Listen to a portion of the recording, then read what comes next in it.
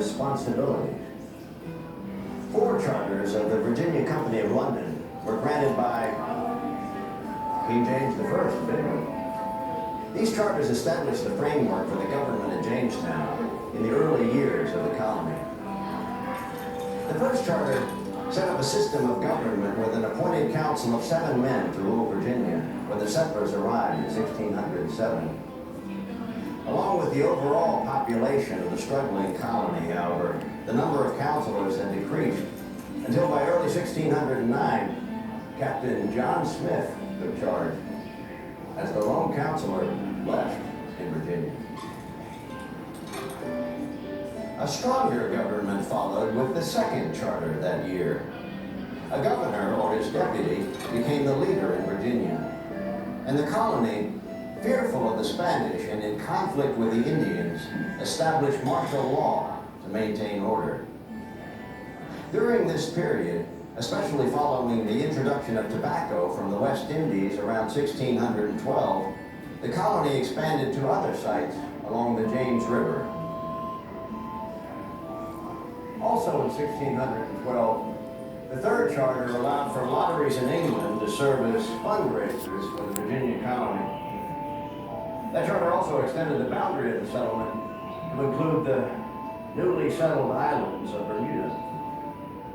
By the time of the fourth, so-called Great Charter in 1618, there were 4 main settlements and 7 plantations in the colony, and the settlers were at peace with the Powhatan Indians.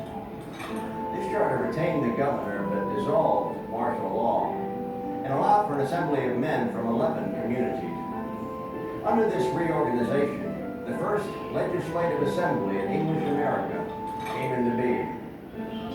The men, called burgesses, gathered at Jamestown on July 30th, 1619, where they were sworn in and began the task of legislation.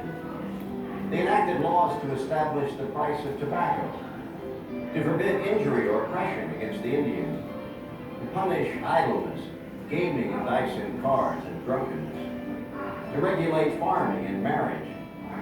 And on the last day, August 4th, 1619, they established their first tax, a poll tax. The intensity of the heat that summer was so great that one of the burgesses expired before the session was over. The early assemblies evolved into the House of Burgesses, which moved with the capital to Williamsburg in 1699. With the coming of the American Revolution, the Assembly's role grew stronger, along with the principle of government representing the will of the people. In 1780, the capital was relocated to Richmond.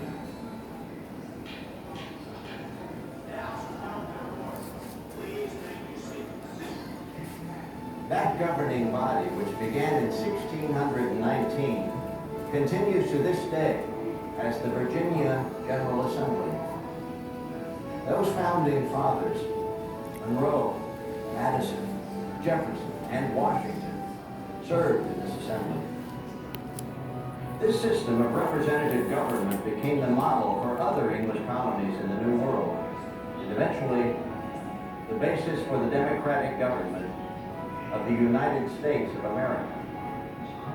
And it began with the Virginia Company Charter, giving us both rights and responsibilities here at Jamestown.